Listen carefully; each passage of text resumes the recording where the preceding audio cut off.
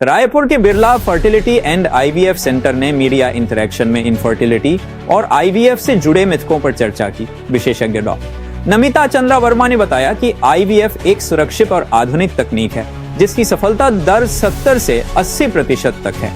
उन्होंने कहा कि आईवीएफ से जन्मे बच्चे बिल्कुल स्वस्थ होते हैं और सेंटर हर मरीज को व्यक्तिगत इलाज के साथ जागरूकता शिविर भी आयोजित करता है। यूनाइटेड न्यूज ऑफ एशिया के लिए रायपुर से अमृतेश्वर सिंह की रिपोर्ट।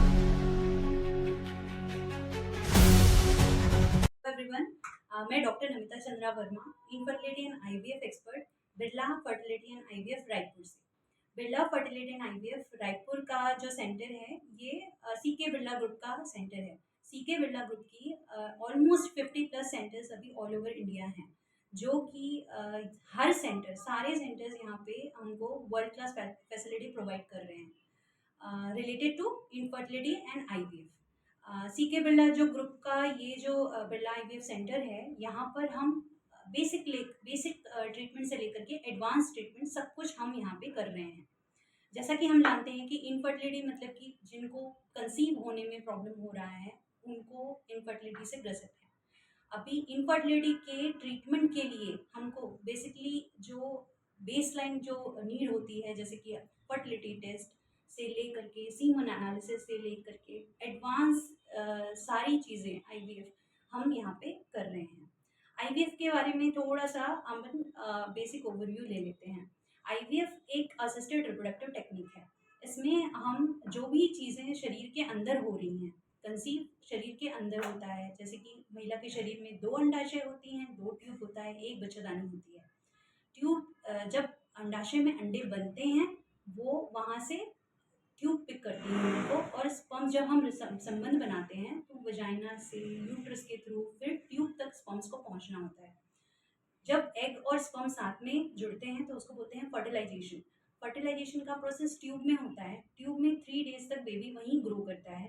3 डेज के बाद में 5th डे पर फिर बच्चादानी यूट्रस में फिर आगे ग्रो करता है।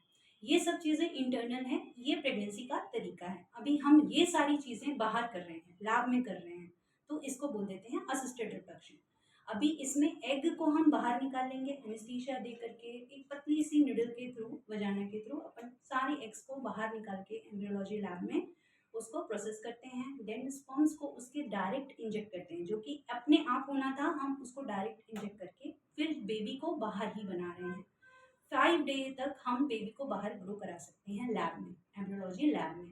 अभी वो 5 डेज की बेबी को हम पतली सी कैथेटर के थ्रू हम यूट्रस में इम्प्लांट कर देते हैं। ये पूरा प्रोसीजर जो है वो असिस्टेड है ना। तो ये सब चीज़ हम बाहर एम्ब्रियोलॉजी लैब में कर रहे हैं, इसको बोल देते हैं आईवीएफ। ठीक है। अभी इसमें किस किस का इम्पोर्टेंट रोल है, जैसे कि हम जानते हैं कि आईवीएफ का सक्सेस रेट का बात करते हैं, तो सक्सेस रेट जो है वो 3-4 चीज़ों पे डिपेंड करता है। एक तो वुमेन का एज कैसा है, वुमेन की फिटनेस कैसी है, क्वालिटी कैसे मिले हैं हमें एग के, बेबीज़ का क्वालिटी कैसा है, स्पर्म्स का क्वालिटी कैसा है, ये सभी चीज़ें मैटर करती हैं। जब एक अच्छा बेबी बनता है उसके बाद सक्सेस रेट 70 to 80% होता है। अगर अच्छी एंडोमेट्रियम है, अच्छा बेबी बना है, तो डेफिनेटली अच्छे रिजल्ट्स होते हैं आईवीएफ में। ठीक है। अब दूसरा इंपॉर्टेंट पार्ट है कि एम्ब्रियोलॉजी लैब। एम्ब्रियोलॉजी लैब का सबसे इंपॉर्टेंट पार्ट है कि हम कौन से मीडियाज यूज़ कर रहे हैं, कौन से इंस्ट्रूमेंट्स यूज़ कर रहे हैं, कौन से प्रोसीजर से हमने बेबी को बनाया है, कौन से एनवायरनमेंट में रख रहे हैं, कितने टेम्परेचर में रख रहे हैं। ये सारी चीज़ें जो एम्ब्रियोलॉजी का पार्ट है वो बहुत मैटर करता है, क्योंकि उसी के ऊपर सबसे ज़्यादा रिजल्ट्स अपने डिपेंड करते हैं। तो ये सारी चीज़ें हम यहाँ बिरला में किसी भी चीज़ पे कोई भी कॉम्प्रोमाइज़ नहीं होता है। हाई क्लास हम रिकॉम्बिनेंट इंजेक्शन यूज़ करते हैं। जो मीडियाज़ हम यूज़ करते हैं वो भी जो हम फॉरेन में यूज़ करते हैं वही मीडियाज़ हम यहाँ यूज़ करते हैं।